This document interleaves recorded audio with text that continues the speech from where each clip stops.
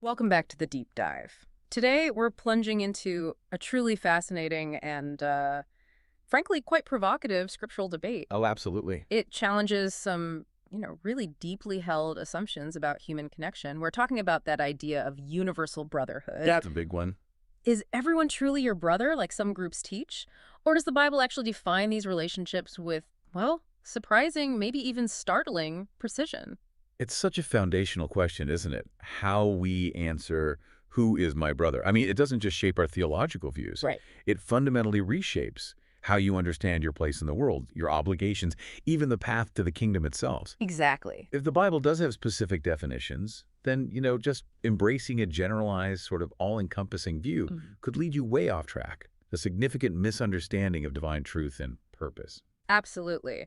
So, our mission today is to, well, cut through the noise and navigate this pretty intense scriptural debate. We're taking a deep dive into what the Bible truly says about brother, neighbor, stranger, and yeah, even enemy. All distinct And categories. we're going to do this by looking at the independent stance of Brother Ned and the King James Bible University, or KJBU.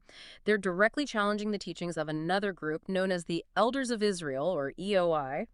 And Brother Ned, just so you know, has been learning the Bible perceptually at KJBU. He's studying under the esteemed Elder Michael Johnson, who is a pastor and a master Hebraist of biblical law. That's a very specific and important qualification we'll get into. Definitely. So this deep dive is really custom tailored to help you gain clear, actionable insights into these profound biblical distinctions. And what's fascinating right off the bat is how KJBU explicitly positions itself. It's a distinct entity, completely separate. And that really sets the stage for a very pointed doctrinal argument. We're not just talking minor differences in interpretation here. Yeah. This is a direct refutation of what they see as fundamental errors. Errors that they believe impact your journey toward the kingdom. Okay, let's unpack this right from the top then. Starting with KJBU's unique identity, Brother Ned made a very, very explicit public service announcement, And we did. Very clear. stating clearly that King James Bible University and the House of the Lost Sheep of Israel are not affiliated with any Christian group, any Christian church, any Christian belief system, period. And he didn't stop there. No. He extends this to include any, quote, Black Street camp group calling themselves Hebrew Israelites or any other camp belief or doctrine. It's sweeping. It really is. This isn't just some casual statement. It's a profound declaration of complete independence. Independence from all existing religious organizations and movements out there. Yeah, it basically means they believe their truth stands alone. It's uncompromised by any outside influences or affiliations that, might water down what they believe is the pure word of JEHOVAH. And this independent standing, it's reinforced by a very specific financial policy, isn't it? Oh, yeah. Crucially, they do not accept donations, no love tokens, no money. They don't sell anything. Nothing. Brother Ned emphasizes this. He says this financial disinterest reinforces their pursuit of truth. It keeps it untainted by any chase for monetary gain. Makes sense. In their view, this commitment lets them teach the word of JEHOVAH without any worldly incentives, compromises that might otherwise corrupt the message. It's a statement of absolute dedication to, well, unadulterated biblical understanding. And their allegiance is crystal clear. They follow JEHOVAH, the true God of Israel, the God of the Bible. And just for you listening, if you're new to this specific terminology, JEHOVAH, as KJBU teaches it, represents the true, unadulterated name of the God of Israel found in the original scriptures. It's distinct from more commonly used titles. Right. A very specific understanding of the divine name. And Brother Ned stresses they are not followers of any man or any idol that men worship, which, that sets a very high bar for their own claims to truth and accuracy. It does. They're asserting direct allegiance to the Most High God, completely unmediated by human traditions or institutions. So this firm, independent stance is really crucial because it leads right into the catalyst for this whole deep dive. Exactly. The challenge from the elders of Israel, EOI. Yeah, EOI didn't just disagree with KJBU. They accused KJBU of being false teachers and for not teaching according to the Bible. Very strong. And it wasn't some private theological debate. It became a public thing, a disputation, demanding a clear scriptural response. Which Brother Ned is providing. So Brother Ned isn't just speaking generally. He's responding to very specific claims made by EOI. He laid out 4 of their assertions that he intends to refute, quoting them verbatim. Okay, what are they? The first, Everybody, every male and female is your brother and your sister. The universal claim. Second, there is no difference between anybody. Total equality, no distinctions. Third, all you have to do to get the kingdom is love everybody. Love is the only key. And finally, fourth, we supposed to love everybody. Everybody. Like a double emphasis on loving everyone. Got it. Those are the targets. Those are the claims Brother Ned is taking head on. He's promising a methodical dismantling of what he asserts are fundamental scriptural errors. And to do that, he lays a pretty powerful scriptural foundation for his rebuttal right at the start. He brings up Matthew 12:36-37. What does that say? It reminds us that every idle word that men shall speak, they shall give account thereof in the day of judgment. Wow. So high stakes. Very high stakes. This isn't just a general warning for him. It elevates the debate, implying that misrepresenting God's word has severe spiritual consequences. It's about accountability before JEHOVAH. Okay. Then he cites Deuteronomy 30:19. This highlights the profound choice between life and death, blessing and cursing. He frames it as a direct consequence of understanding and sticking to truth versus falling into error. Choose wisely. And significantly, he brings in Deuteronomy 17:6. This states, "At the mouth of 2 or 3 witnesses shall he that is worthy of death be put to death." That sounds intense. How does he apply that here? He interprets it not just as, an ancient legal principle, but as the spiritual method for dealing with falsehood. Okay. It signifies that EOI's claims, if proven false by multiple scriptural witnesses, these biblical verses he's going to bring are not merely incorrect. They represent a kind of spiritual death, an utter rejection of sound doctrine. So he's saying these ideas need to be put to death scripturally. That's the framework, systematically putting to death what he views as foolishness and lies, based on what he presents as irrefutable biblical evidence. That is a powerful and, quite severe way to frame it. It signals that this isn't just about, semantic quibbles or theological preference. Not at all. It's about grave spiritual consequences, both for the teachers and for those who follow their teachings. Okay, so let's get into the first, maybe the most striking claim from EOI that Brother Ned tackles. Every male and female is your brother and your sister. The big one. He immediately counters this, just flat out calls it unbiblical. So for you, listening right now, the central question Brother Ned wants you to consider is, what does the Bible truly say a brother is according to his rigorous interpretation, beyond just a universal blanket statement? And this is where the nuance really begins. Brother Ned breaks down the definition of brother into several distinct categories. It goes way beyond a universal label. Okay. The most straightforward, maybe the most intuitive one, is the carnal brother. Meaning? Someone from the same womb sharing the same blood. He uses Genesis 4:1-2, the classic story of Cain and Abel. Right. They are brothers because they share that direct lineage from the same mother, Eve. Same bloodline. This is the most basic, sort of undeniable form of brotherhood in the scriptures. That makes perfect sense. That's the definition we all kind of grasp instinctively. But then he introduces a more complex idea, a brother being an equal or a fellow. How does that work? How does that broaden the understanding beyond just blood ties? This brings in a really interesting social and relational dynamic. Brother Ned details the example of Jacob and Laban in Genesis 29:10-15. Jacob's uncle, right. Initially, yes, Laban is Jacob's uncle, so there's a clear family hierarchy. But later in the story, after Jacob has matured, proven himself, established himself, Laban refers to Jacob as my brother and my equal. Now, this isn't about shared parents or bloodline in that context. It's about Jacob having reached a certain age, a certain status, where that hierarchical family relationship shifts. It becomes one of peer status. So like equals. Exactly. It signifies a kind of reciprocal level of maturity, respect, standing. It shows that brother can sometimes refer to someone who's achieved a comparable level of responsibility or position, maybe within a community or even a professional context, even if they aren't actual siblings. It's about recognizing a shared standing. Okay, that adds another layer. Now, here's where it gets really interesting for me. The spiritual dimension of brotherhood.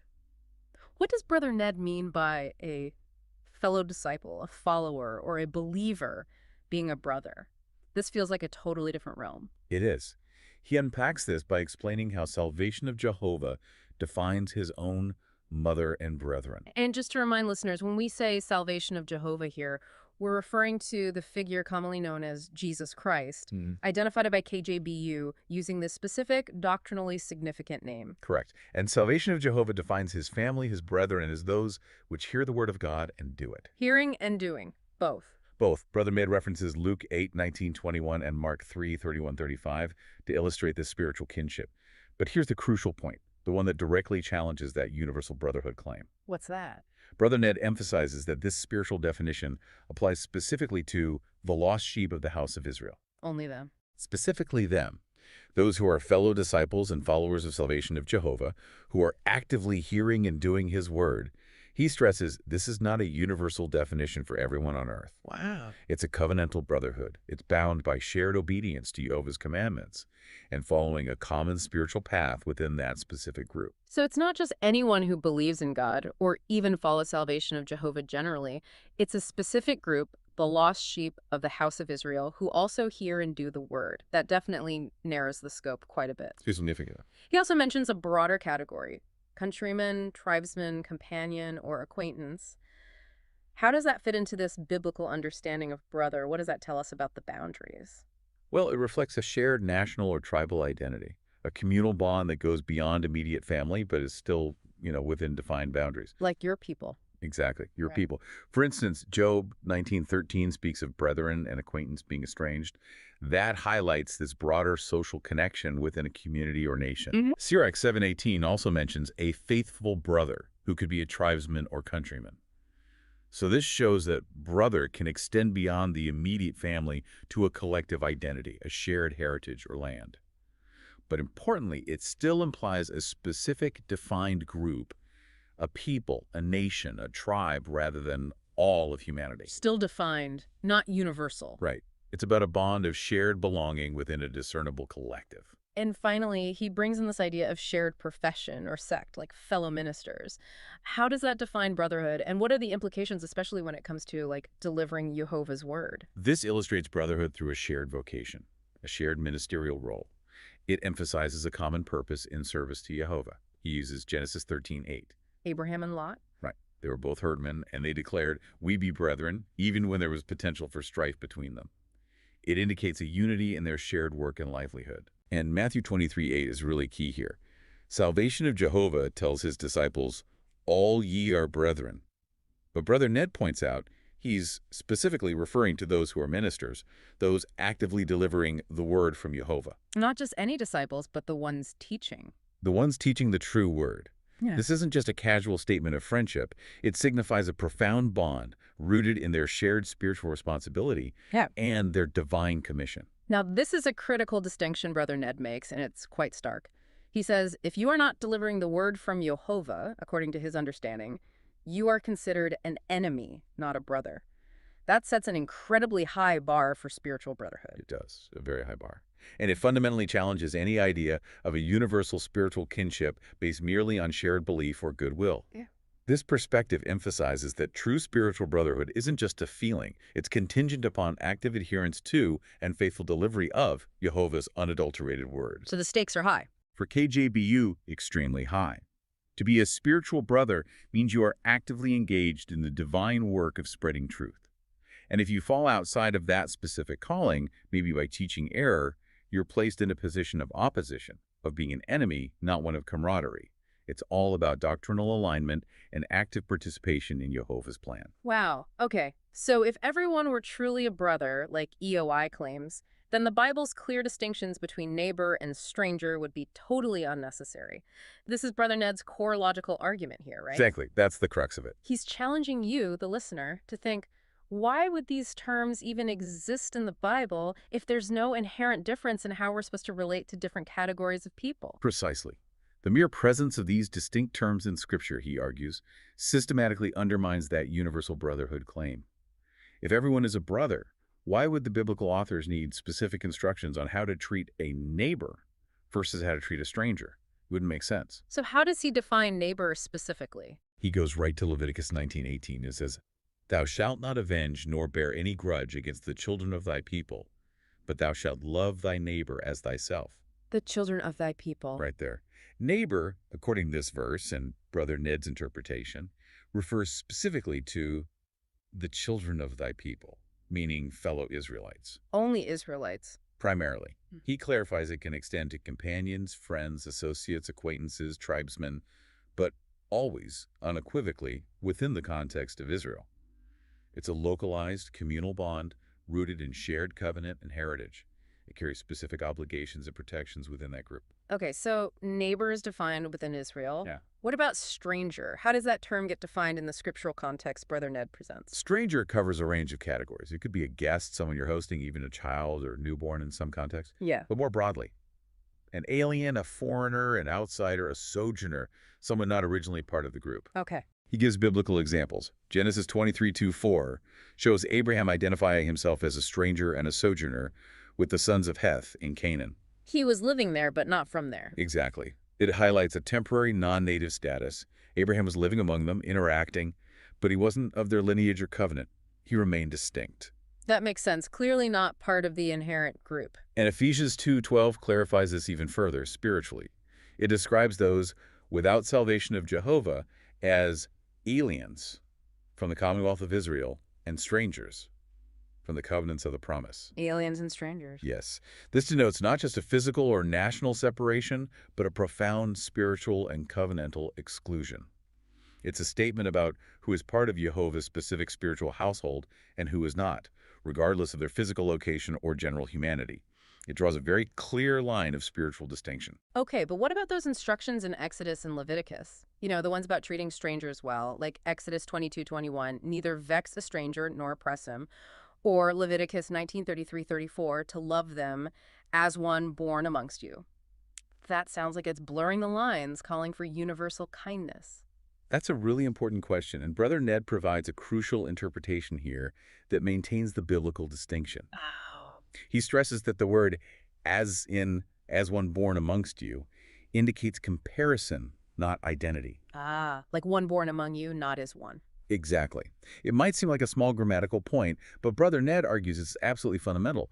When Jehovah says, love the stranger as one born amongst you, he's not saying the stranger becomes Israel. He's saying they should be treated with the same level of kindness and justice that you would show a fellow Israelite. So it's about conduct, not status. Precisely.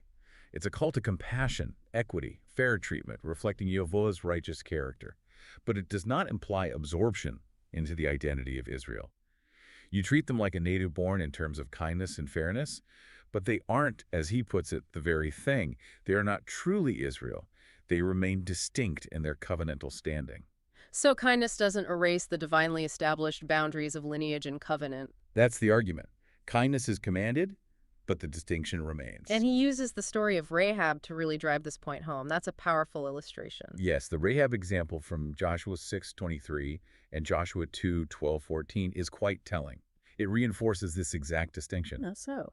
Rahab and her family, her kindred, were indeed shown kindness. They were saved because she helped the Israelite spies. But the scripture explicitly states they were left without the camp of Israel. Outside the camp. Outside. This demonstrates a crystal clear distinction. They were treated well, spared, shown mercy, absolutely. But they were not integrated as Israelites. They were made a distinct category. It highlights that kindness toward a stranger doesn't automatically grant brotherhood or full integration into the chosen people of Israel. Wow. So mercy and distinction can coexist. According to this interpretation, yes. It's about divine protection and mercy for specific individuals based on their actions, but not a universal blurring of those covenantal lines. So the very existence and the meticulous definition of these distinct categories, brother, neighbor, stranger, logically and scripturally refutes the idea that every male and female is your brother and your sister. Yeah. That's a pretty compelling case for the importance of distinction in Jehovah's eyes. Precisely. And this leads us directly into EOI's second major claim that Brother Ned tackles. Which is? There's no difference between anybody. You know, often supported by general statements like everyone bleeds the same color or skin color is just a hue. The idea of fundamental sameness. Right. And Brother Ned systematically dismantles this with some powerful scriptural arguments, asserting that Jehovah himself created distinctions. Okay, let's dig into his scriptural proofs for these inherent differences. He starts with a really fascinating analogy, connecting that after his kind principle from Genesis creation to the idea that grass is people. How does that work? What's the implication? It's quite profound, actually. He begins with Genesis 1:11-12, where Jehovah creates plants after his kind. Right, specific types. Implying inherent design differences right from creation itself, a principle of distinct categories established by the Creator. Okay. He then spiritually connects this to humanity using Isaiah 47, which says, the people is grass, And 1 Peter 1:24-25 stating, all flesh is grass. Okay, so humanity is likened to grass, and God created everything after it's signed. This isn't just a poetic comparison, then. No, he argues it's far more profound than that. Brother Ned then presents this impactful statistic. More than 11,000 types of grass. 11,000, wow. His logical leap here, and it's a significant one, is this.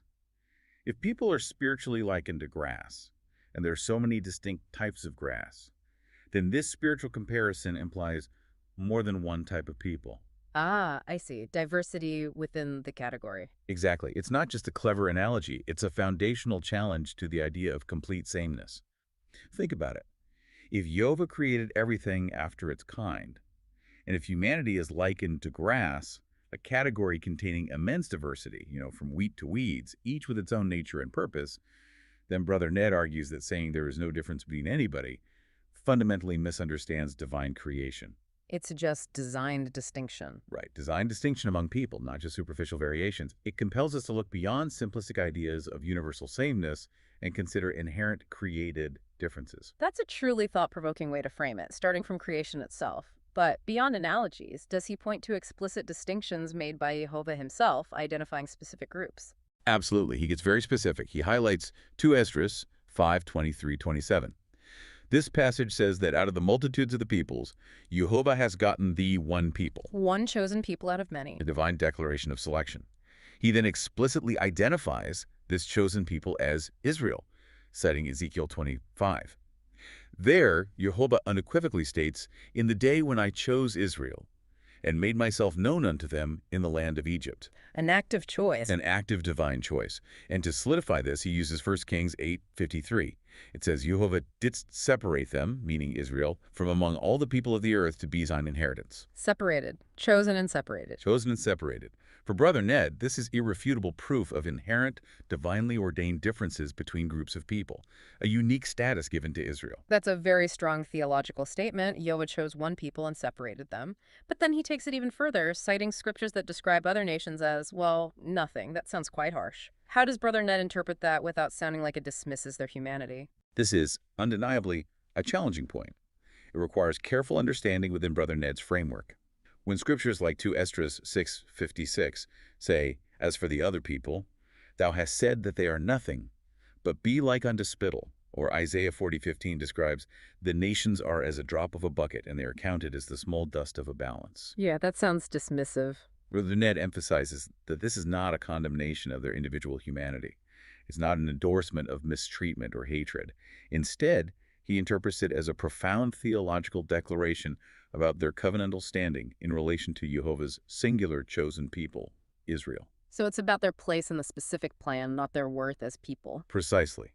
The imagery isn't about their lack of intrinsic human worth. It's about their lack of direct inheritance in the specific covenants and promises made exclusively to Israel. It underscores JEHOVAH's absolute sovereignty and the unique, set-apart relationship he established with Israel. It forces you to grapple with divine election. It does. And the specific, sometimes exclusive nature of God's dealings with his chosen people. It highlights that while all humanity is JEHOVAH's creation, not all are positioned equally within his specific redemptive and covenantal plan as revealed in Scripture. It's about a spiritual hierarchy of relationships established by the Creator, not by human judgment. Okay, so if JEHOVAH chose one people, Israel, is it just about genetic lineage then? Are you automatically Israel if you're born into that line, or is there more to it? This seems crucial for understanding identity in his teachings. Yeah, that's a really important question, and Brother Ned clarifies it using Romans 9:6-8. What does that say? That passage states, not all Israel which are of Israel by lineage are truly Israel. So birth isn't enough. Not sufficient on its own. He explains there's an additional requirement. Mm. The promise. Those who are children of the promise are accounted for the seed, meaning belief and active obedience to JEHOVAH's word are necessary to be truly counted as Israel. It underscores a spiritual distinction, not just a genetic one, even within the chosen group itself.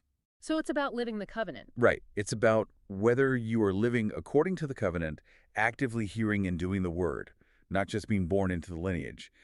That active adherence is what truly counts you as part of the seed, part of true Israel. So what this means for you, the listener, is that it's not just a birthright. It's an active adherence to JEHOVAH's word that determines true identity and covenantal standing. Which leads us perfectly to EOI's next big claim. Let me guess. All you have to do to get the kingdom is love everybody. You got it. Portraying love as the sole baseline requirement.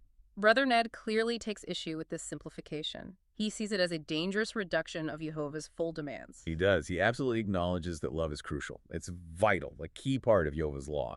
But he argues it is demonstrably not the only requirement for entry into the kingdom. Just one piece of the puzzle. Exactly. To claim it's the sole prerequisite is, in his view, a grave theological error. It overlooks the comprehensive nature of what Jehovah actually demands. He systematically unpacks Jehovah's multifaceted requirements, starting with Deuteronomy 10:12. What does that verse lay out? It's pivotal. It asks, what does the Lord require of thee? And then it lists far more than just general love. It's a comprehensive list. Okay, break it down for us. What's on the list? First, to fear, which he interprets as to desire the Spirit of God thy guide. That speaks to a deep, reverential desire to be led by Jehovah. Desire God's guidance. Yeah. Then, to walk, meaning to live in all his ways. That implies a life lived according to his statutes, his principles. Live by his rules. Next, to love him, God, which is that unique spiritual vow or promise we touched on earlier. The promise to God. And finally, to serve the Spirit of God, thy guide, with all thy heart, with and with all thy soul, to keep the commandments of the Lord and his statutes. Keep the commandments and statutes? Right, so you see, love for God is right there, but it's integrated within a much broader framework. Fear or desire, obedience, service, and adherence to Jehovah's entire law.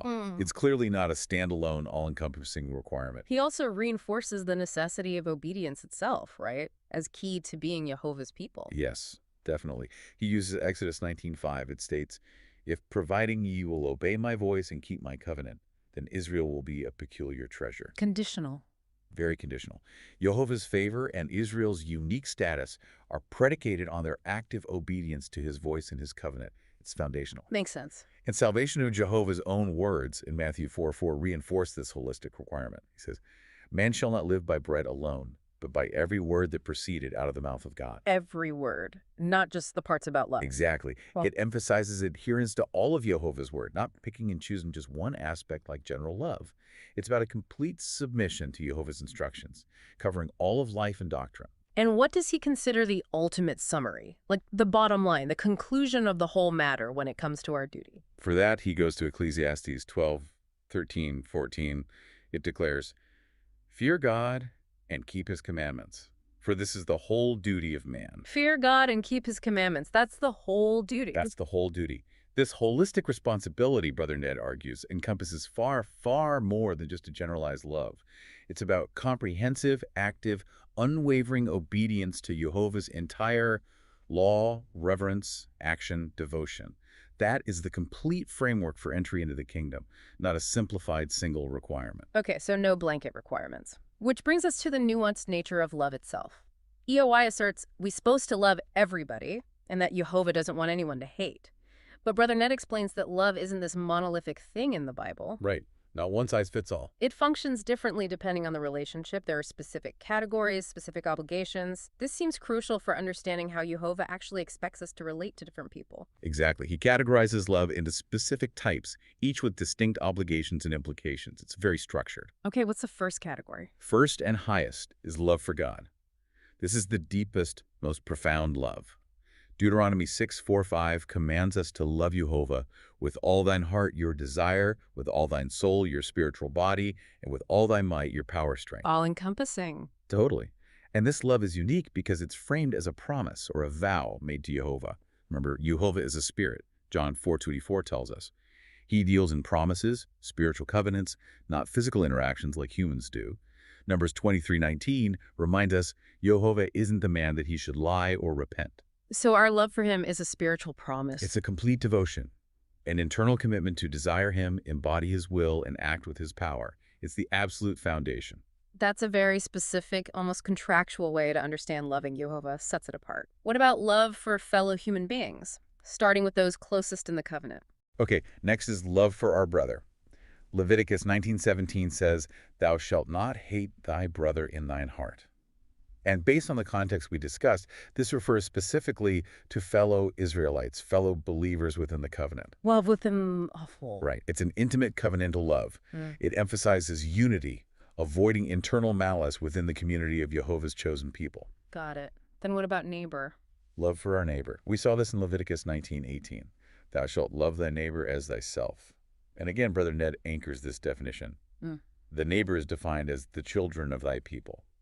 Back to fellow Israelites. Primarily, yes. Within that Israelite context, it implies a reciprocal relationship of care and respect within the covenant community, treating those within your people with the same regard you hold for yourself. Okay. Brother and neighbor are within Israel. Now, what about those who are not Israelites? The stranger dwelling with us. How are we commanded to love them, and what are the limits of that love? For the stranger, Brother Ned points back to Leviticus 19:33-34 and Deuteronomy 10:19. Treat the stranger kindly. Love them as one born amongst you, remembering you were strangers in the land of Egypt. Love them as one born among you. That comparative aspect again. It's a comparative love, compassionate treatment for those dwelling alongside Israel, recognizing that shared human experience of vulnerability, of being an outsider.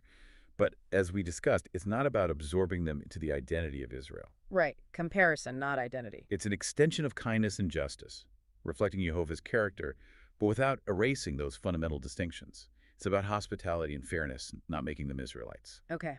Now, this is the one that often sparks the most debate, maybe the most confusion. Love for our enemies. Yes, Matthew 5. Right. Matthew 5:43-44 directly addresses that common saying, thou shalt love thy neighbor and hate thine enemy. Salvation of Jehovah explicitly contrasts that. He commands, love your enemies.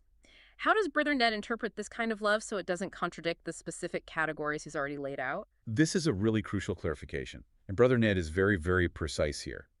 He states emphatically that this love for enemies does not mean the same kind of love or personal affection or fellowship that you have with Jehovah or your spiritual brothers or your covenant neighbors or even the welcomed strangers. It's different. Totally different. He explicitly says it's not, and I'm quoting him here, I love you like you, my brother, we cool and all. That kind of intimate relational bond, that's reserved for those specific categories within the covenant or under specific hospitality rules. So what does it mean then to love your enemies in this context? If it's not about friendship or being cool, what are the specific actions Jehovah commands? It translates into specific actions. Bless them that curse you, do good to them that hate you, and pray for them which despitefully use you and persecute you. Actions, not feelings necessarily. It's an active spiritual engagement, not a passive acceptance or necessarily an emotional bond. He then really unpacks Romans 12:19-21. What does Romans 12 say? It says, if thine enemy hunger, feed him. If he thirst, give him drink. Now, Brother Ned interprets feed him not as giving, like, a sandwich. Not physical food. No. He interprets it as giving wisdom, knowledge, and understanding, spiritual food. And give him drink means providing understanding. So feeding them truth. Exactly. He explicitly calls this a doctrine of correction.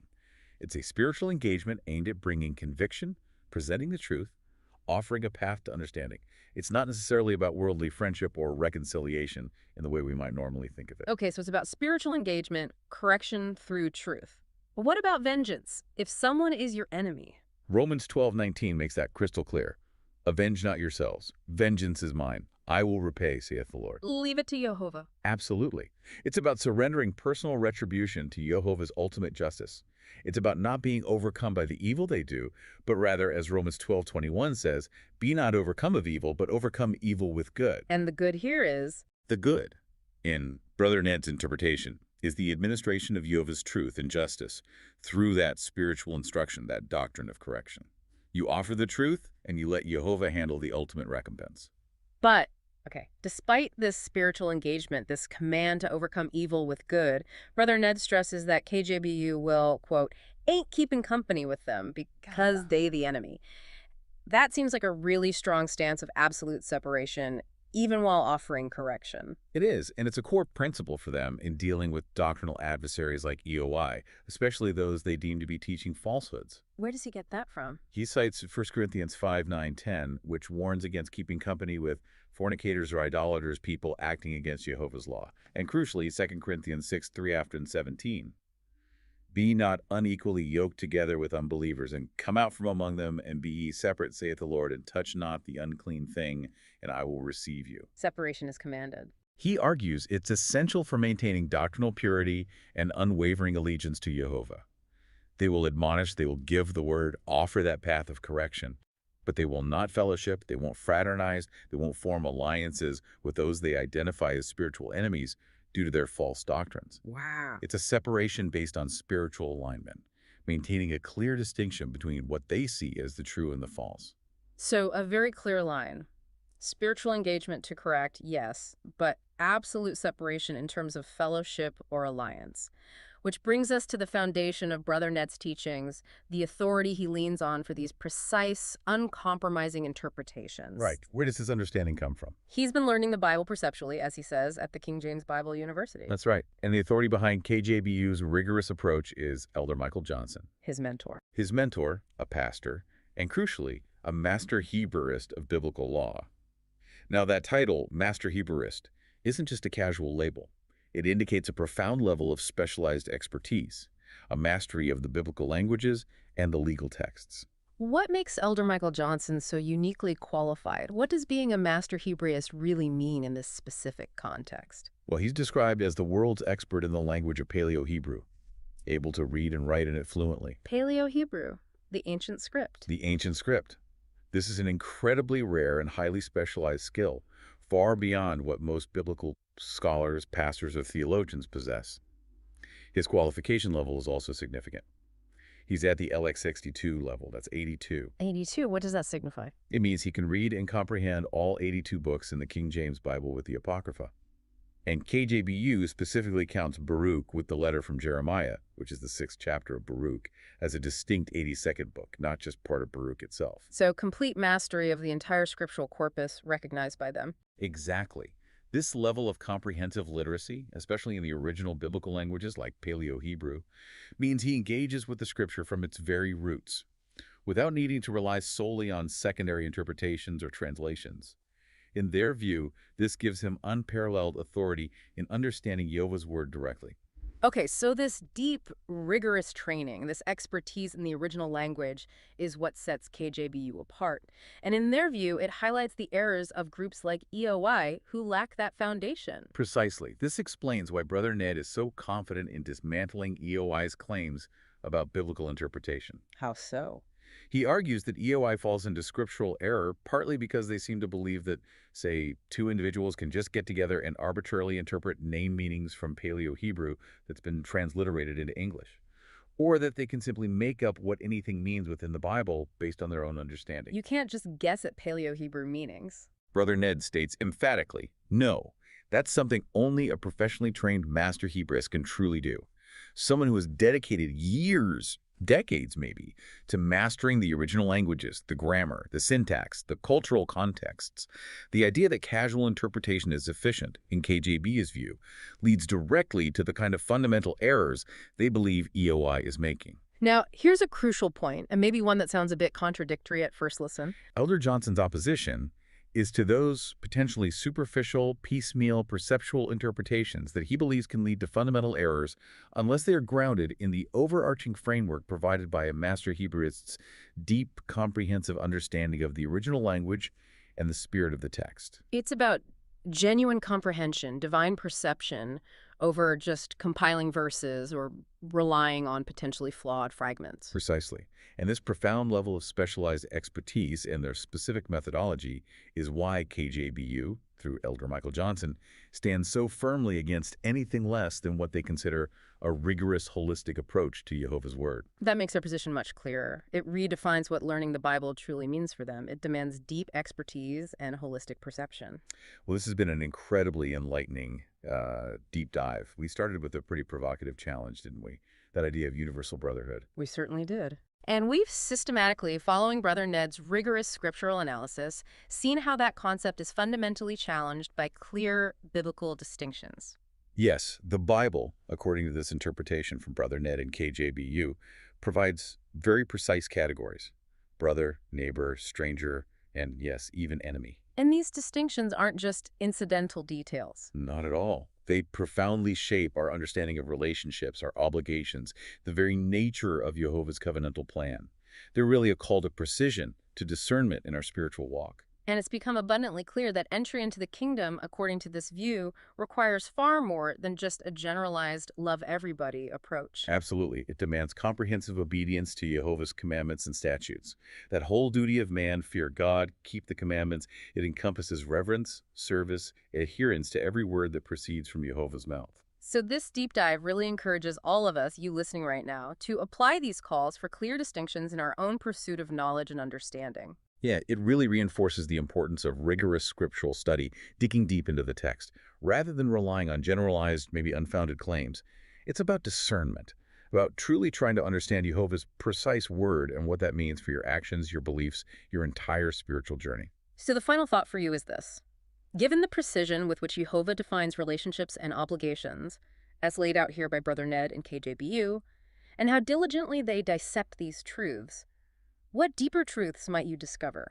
What happens if you examine the specific kind of your own relationships through this kind of truly biblical lens? How might that understanding reshape your daily walk toward the kingdom? Something profound to consider. This has been a deep dive into profound scriptural truths. Shalom, everyone. Shalom, everyone.